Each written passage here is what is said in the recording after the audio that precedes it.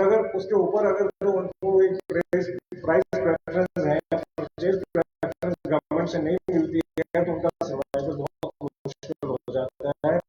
और इन दोनों विषयों के ऊपर हम सरकार में बहुत सीरियसली इसको लेंगे और इसको इम्प्लीमेंट करने का हमारा पूरा जो है इसको भी हम ड्रॉ करते रखें। आपको पता है आजकल आईटी का दौर है, आईटी बहुत पॉपुलर है पूरी दुनिया में, चाहे आप सिलिकॉन वैली की बात करें, चाहे आप बेंगलोर वैली की बात करें, कहीं भी बात करें आप, IT is something which is a part and parcel of life. और यहाँ पे हमारे जम्मू में भी हम स्पेशल इकोनॉमिक जोन बना रहे हैं, आईटी हब बना रहे हैं, ताकि हमारा जो यूथ है, हमारा जो यूथ, हमारी बच्चियां हैं, हमारी बहनें हैं, हमारा यूथ है, उसको काम करने के लिए एक जगह मिलनी चाहिए। और स्पेशल इकोनॉमिक जोन जो होते हैं उसमें बहुत सी फैसिलिटीज दी जाती हैं ताकि उसको बिना इंटरफेरेंस के काम किया जाए। लेकिन ये जो मैंने बातें की हैं, इस बातों के पीछे सबसे बड़ा जो मुद्दा है और सबसे बड़ा इंपॉर्टेंट पॉइंट है जो आपको समझना होगा, क्या बिजनेस जगत में और व्यापार जगत में सरकार की इंटरफेरेंस रहनी चाहिए एक हद से ज्यादा नहीं, वो हमारा बहुत बड़ा सवाल है।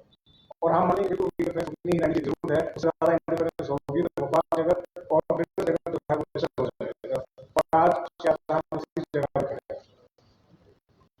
और हमारे यहाँ पे बहुत अच्छा ये हुआ कि हमारे अग्रीज जो हैं, जो जितने फार्मिंग में एब्जॉर्ब हो जाते हैं या बाकी जो बेल्ट फोर्सिंग में एब्जॉर्ब हो जाते हैं, काफी जो है हम सरकार से ये उम्मीद करते हैं कि सरकार इस बात में सोचेगी कि जो बाकी अभी तो ट्रेन रहते हैं उनको हाई लेवल की ट्रेनिंग दी जाती है, तो वो बड़े बड़े इंडस्ट्रियल हाउसेज में या बड़े बड़े जो बिजनेस सेटअप्स हैं उनको वहां पे सिक्योरिटी के लिए, सिक्योरिटी का मेरा मतलब जो मैं कह रहा हूँ, उनको सिक्योरिटी के टॉप लेवल्स पे उनको वहां पे रहना चाहिए, क्योंकि उनकी जो एक ट्रेनिंग है वो एक नॉर्मल ट्रेनिंग से बहुत ऊंची होती है, जो शायद पॉसिबल नहीं है किसी भी सिविल सेक्टर में उस समय ट्रेनिंग देना। और जब वो ट्रेन है तो उनका यूटिलाइज करना चाहिए। और शायद अभी अपनी सरकार में इस बात को बहुत गंभीरता से लेंगे और एक पक्की है बात कि उनको एक जगह मिलनी चाहिए जहां वो लॉन्च करते हैं।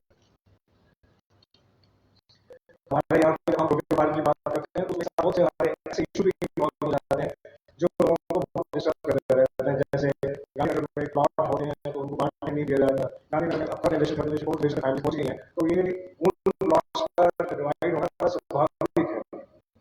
लेकिन शायद सरकार इसके ऊपर संज्ञान नहीं ले रही, लेकिन हम इसके ऊपर कह रहे हैं कि हम इसको बहुत इसलिए और इसको लेकर या लीज की बात करते हैं, लीज भी आगे एक्सटेंड नहीं हो रही, या कोई ऐसा बिजनेस है जिस बिजनेस में जैसे हमने कहा लाइन को बाहर बढ़ाते हुए, जहां भी हमें लगता है कि जिस बिजनेस में सरकार अननेसेसरी इंटरवीन करती है उससे हमको बाहर निकलना होगा। बिजनेस जगत को, ट्रेड और इंडस्ट्री को आगे बढ़ाना होगा।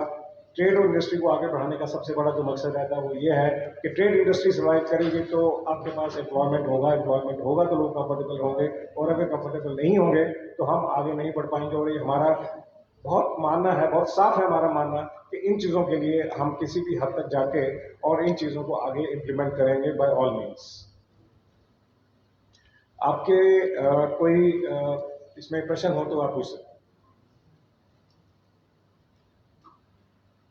जैसे आपने कहा है कि आप इंडस्ट्री में इंटरफेयर में चाहते हैं गवर्नमेंट का, लेकिन ये देखा गया है कि जहाँ पे मिनिमम वेजेस एक्ट लागू नहीं होता, तो एम्प्लॉइज जो रखे गए हैं वो 3000 से 5000 से, जबकि मिनिमम वेजेस एक्ट जो सेंट्रल गवर्नमेंट है उसको कम से कम 18000 का मिलना चाहिए।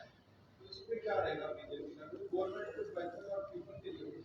बिल्कुल ठीक कह रहे हैं आप। जहां तक इन चीजों का इम्प्लीमेंटेशन का सवाल है, जहां पे गवर्नमेंट की जरूरत है वहां है, लेकिन एक स्टेज के बाद इनकी इन्वॉल्वमेंट जो है वो नहीं रहनी चाहिए।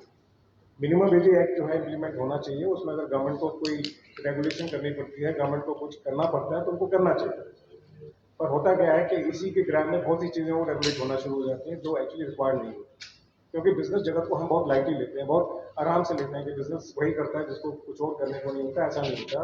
बिजनेस जगत में जो आते हैं बहुत एक समाज का ऐसा वर्ग आता है जो बहुत इंटेलिजेंशिया वर्ग होता है, तो उनको उतनी ही सरकार को इंटरवीन करना चाहिए जितनी उनकी जरूरत है। जैसे आपने कहा वो एक पॉइंट हो सकता है, बाय एंड लार्ज जरूरत नहीं होती। और एक सवाल रहेगा, जिस तरह से बाकी दायरे हैं, एक मीडिया जो है एक भाग दौड़ करते हैं, इनके लिए आपके घोषणा पत्र में किस तरह का प्रावधान है?